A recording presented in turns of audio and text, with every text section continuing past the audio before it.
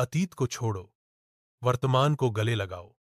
एक रोचक कहानी। अर्णव बहुत ही प्रतिभाशाली था, लेकिन उसका मन हमेशा उसके अतीत के एक बड़े दुख से घिरा रहता था। दरअसल 2 साल पहले एक तूफान के कारण उसकी छोटी सी नाव समुद्र में डूब गई थी, जिसमें उसका बनाया हुआ एक महत्वपूर्ण शोध पत्र था।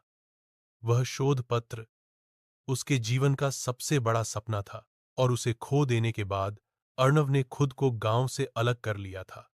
वह हर दिन बस उस टूटी हुई नाव और खोए हुए कागजों के बारे में सोचता रहता था।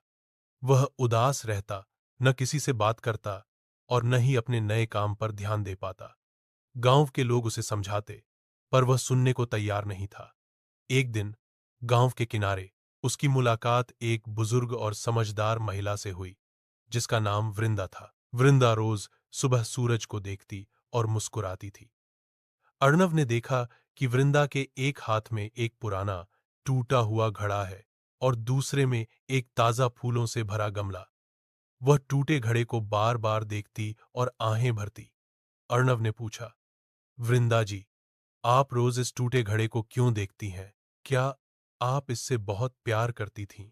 वृंदा मुस्कुराई और बोली, हाँ, यह मेरे बचपन का घड़ा था और इसमें रखी हुई मेरी सबसे कीमती चीज, मेरे परदादा की घड़ी, खो गई थी जब यह टूटा।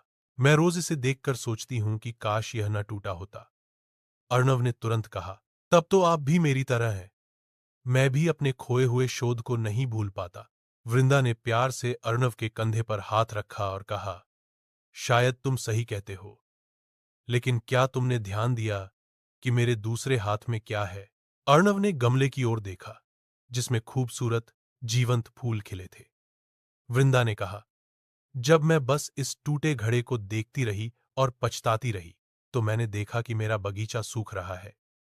फिर मैंने सोचा, क्या एक टूटे हुए बर्तन के लिए मैं इन ताजे और जीवित फूलों को भी खो दूं? मैंने फैसला किया कि मैं उस खोई हुई चीज का शोक मनाना बंद करूंगी और इन फूलों को गले लगाऊंगी, जिन्हें अभी पानी और देखभाल की जरूरत है। उन्होंने घड़े को एक तरफ रख दिया और फूलों के गमले को प्यार से छूते हुए बोली, अर्णव, अतीत सिर्फ एक टूटा हुआ घड़ा है जो हमें दुख देता है। हम उसे फिर से जोड़ नहीं सकते, लेकिन वर्तमान ये ताजे फूल हैं, जिन्हें अगर हमने आज सींचा तो हमारा कल महक उठेगा। वृंदा की बात अर्णव के दिल को छू गई। उसने महसूस किया कि वह अपने खोए हुए सपने के गम में अपने आज के सुंदर मौके बर्बाद कर रहा है।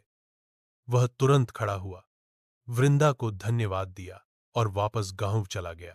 उसने अपने दुखों को पीछे छोड़ा, उस निराशा से बाहर निकला और अपनी सारी ऊर्जा फिर से उस शोध को नए सिरे से करने में लगा दी।